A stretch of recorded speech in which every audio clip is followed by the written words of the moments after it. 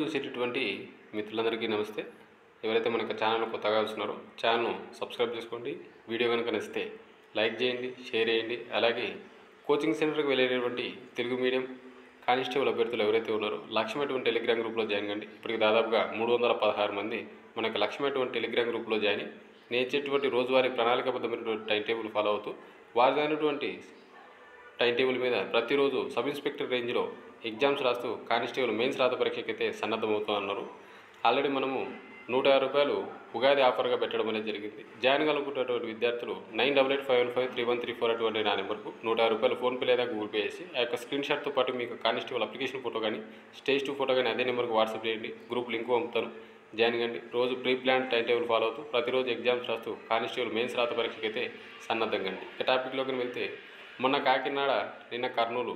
So ఎవరైతే constable అభ్యర్థులు ఉన్నారో మెయిన్ రాత పరీక్ష కోసం 2.5 సంవత్సరాలుగా వెయిట్ చేసినటువంటి అభ్యర్థులు రోడ్డెక్కి వారి యొక్క మెయిన్స్ రాత పరీక్ష కోర్టు కేసులన్నింటినీ కూడా పరిష్కరించి జరపాలని చెప్పేసి రోడ్డెక్కి ర్యాలీ చేస్తూ ఉన్నారు.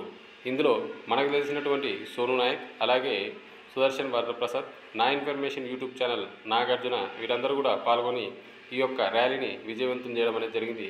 ఇందుకు సంబంధించి ఈరోజు న్యూస్ పేపర్లలో కూడా ఆర్టికల్స్ రావడం అనేది జరిగింది. ఒకసారి ఆ యొక్క ఆర్టికల్స్ కనుక గమనిస్తే పోలీసు నియామకాలు వెంటనే చేపట్టాలి అటువంటి శీర్షికతో సాక్షిలో వేయడం అనేది జరిగింది. అలాగే ఆంధ్రజ్యోతి పేపర్లో కూడా కానిస్టేబుల్ అభ్యర్థులకు పరీక్షలు నిర్వహించాలి, కానిస్టేబుల్ అభ్యర్థుల మెయిన్స్ పరీక్షలు నిర్వహించాలని డివైఎఫ్ఐ జిల్లా కార్యదర్శి నాగేష్ డిమాండ్ చేశారు. శుక్రవారం డివైఎఫ్ఐ ఆధ్వర్యంలో జిల్లా పరిషత్ నుండి కలెక్టరేట్ వరకు ర్యాలీ నిర్వహించి ధర్నా చేశారు. అనంతరం జాయింట్ కలెక్టర్ బి నవ్యకు వినతిపత్రం అందజేశారు. ఈ సందర్భంగా నాగేష్ మాట్లాడుతూ ఏపీలో కానిస్టేబుల్ నోటిఫికేషన్ విడుదల చేసి 2.5 సంవత్సరాలు అయిందన్నారు. పాత పద్ధతిలోనే హోంగార్డుల రిజర్వేషన్ కొనసాగించాలన్నారు. మంత్రి నారా లోకేష్ కానిస్టేబుల్ నోటిఫికేషన్ 6 నెలల్లో పూర్తి చేస్తామని చెప్పారని, అయితే 9 నెలలు అవుతున్న హామీ నెరవేరలేదని అన్నారు.